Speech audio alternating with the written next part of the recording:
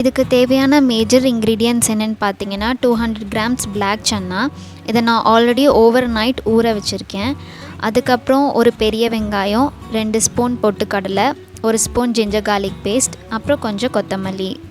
ஒரு பவுலில் நம்ம நைட்டு ஃபுல்லாக ஊற வச்ச சுண்டலை 1-2 அரைச்சி போட்டுக்கோங்க. அது கூட 1 ஸ்பூன் இஞ்சி பூண்டு பேஸ்ட், 1 ஸ்பூன் கறி மசாலா பவுடர், 1/2 ஸ்பூன் மிளகாய்த்தூள் அண்ட் தேவையான அளவு உப்பு சேர்த்துக்கோங்க. இப்போது கட் பண்ணி வச்சுருந்த ஒரு பெரிய வெங்காயம் போட்டிருக்கோம். அதுக்கப்புறம் 2 ஸ்பூன் பொட்டுக்கடலை, 1/2 ஸ்பூன் சோம்பு, அப்புறம் கொஞ்சம் முந்திரி பருப்பு, இதெல்லாம் பவுடர் பண்ணி இதில் ஆட் பண்ணிக்கோங்க. இதுதான் நம்மளோட பைண்டிங் ஏஜெண்ட்.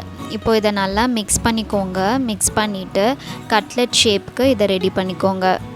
ஒரு கடாயில் தேவையான அளவு ரீஃபைண்ட் ஆயில் ஊற்றிக்கோங்க. எண்ணெய் நல்லா சூடான பிறகு நம்ம ஷேப் பண்ணி வச்சுருக்க கட்லெட் ஒன்றா அதில் போடுங்க.